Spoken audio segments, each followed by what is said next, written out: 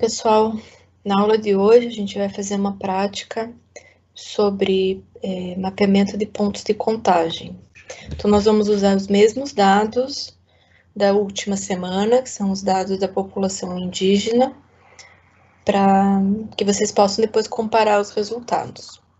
Antes da gente começar, a gente tem que instalar um complemento, que permite gerar esses pontos de contagem.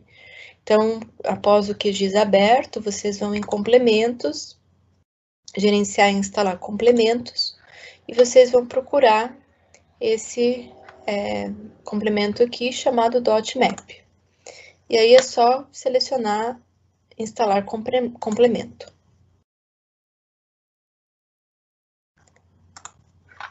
Ele vai ficar como um ícone aqui na barra de ferramentas de vocês, ou como uma função aqui no menu vetor, certo? Bom, então, para essa aula, a gente vai usar os mesmos dados da última aula, que são os estados, e os dados da população indígena que estão num arquivo CSV. Então, a gente vai adicionar essa camada de texto, da mesma forma que nós fizemos na última aula, e chama dados da população indígena, com as mesmas configurações, então, de delimitadores personalizados usando tabulação e ponto e vírgula. E aqui, embaixo, sem geometria. E o preview tem que ficar dessa forma. Aí a gente dá um adicionar e fechar. Então, depois que a gente tem as duas camadas aqui, né, no QGIS, a gente pode abrir a tabela de atributos e ver que eu vou juntar as duas tabelas usando aqui o código UF, e nessa outra janela eu vou juntar usando o campo código. Então, para isso, a gente vai usar a função de união, e na camada da tabela eu vou usar o campo code e no campo alvo UF. Vou unir apenas o campo em TI e vou remover esse valor para que não apareça na tabela.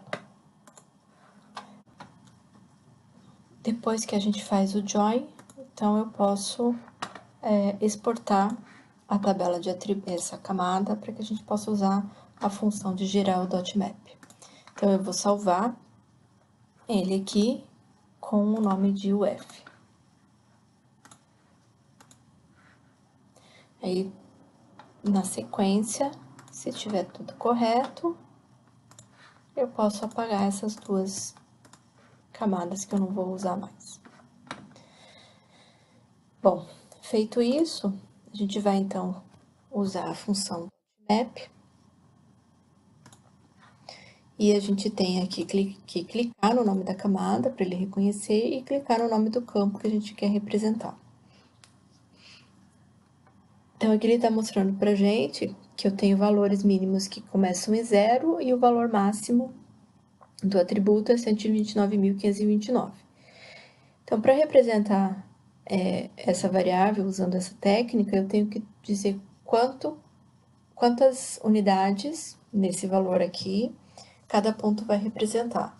Então, de acordo com o que a gente viu lá na teoria, a gente tem que fazer uma conta de modo que o tamanho do símbolo e a quantidade de símbolos representem adequadamente a densidade daquela informação dentro de cada polígono. Então, vamos supor que eu comece aqui com 1000 unidades, ou seja, cada ponto vai equivaler a 1000 unidades daquela variável. Então, significa que no polígono que tem a maior quantidade desse valor, eu vou ter 129 pontos. Vamos ver como que isso vai ficar no mapa, para a gente fazer uma análise se está adequado ou não.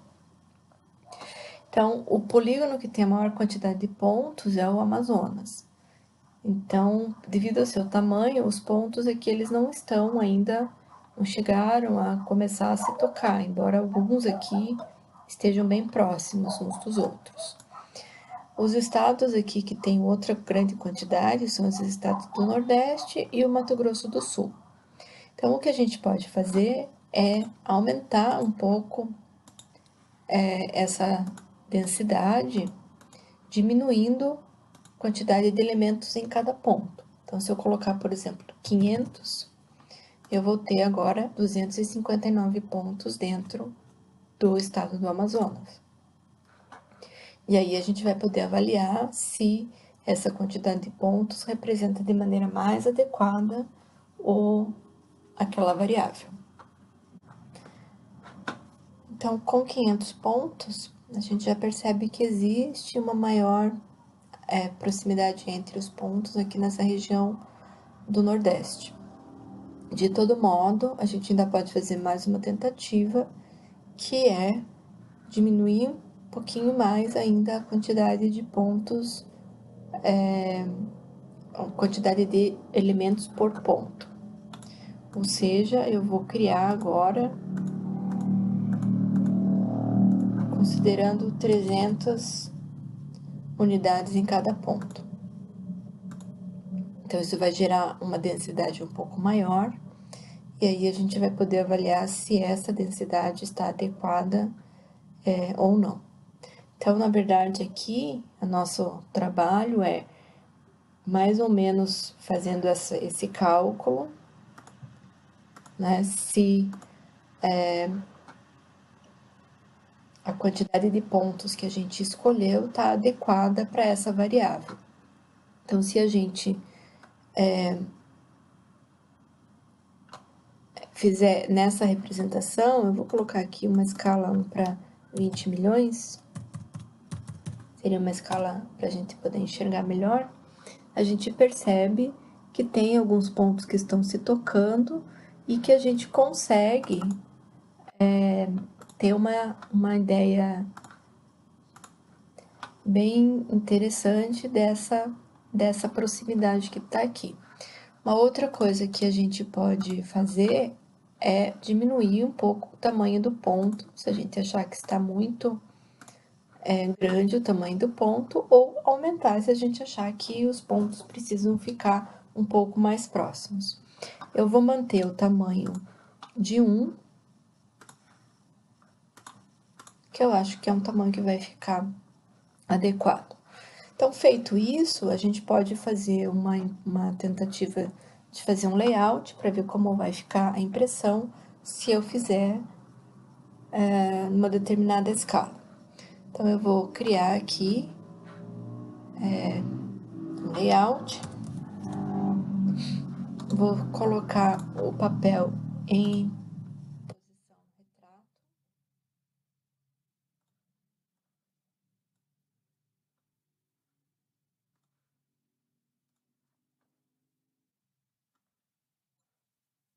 E vou definir a escala aqui como 20 milhões.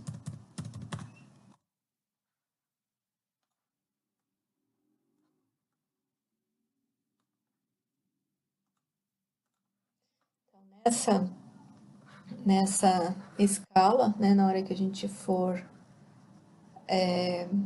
inserir a legenda, eu vou colocar somente a última representação, que são um ponto a cada 300, um ponto igual a 300 unidades daquela variável. Okay? Aí eu posso depois acrescentar a grade de coordenadas e o título, mas quando eu for ver isso como ficaria na impressão, essa é a visão geral da distribuição espacial desse fenômeno. Então, veja que eu tenho pontos que estão se tocando e eu consigo identificar qual é a distribuição espacial desses elementos aqui no mapa. As duas questões importantes, então, nessa técnica são a definição da quantidade que cada ponto vai representar. Infelizmente, essa quantidade não existe uma fórmula absoluta para fazer isso. É mais ou menos como a gente fez, por tentativa, né, até que a gente chegue numa situação em que os pontos começam a se tocar sem que fiquem totalmente sobrepostos. E a outra questão é o próprio tamanho do ponto. Então, se eu precisar aumentar a densidade, eu posso diminuir um pouco o tamanho do ponto para mostrar mais essa densificação, ou eu posso aumentar o tamanho do ponto, se for o caso, né, de fenômenos que tenham uma densidade um pouco menor.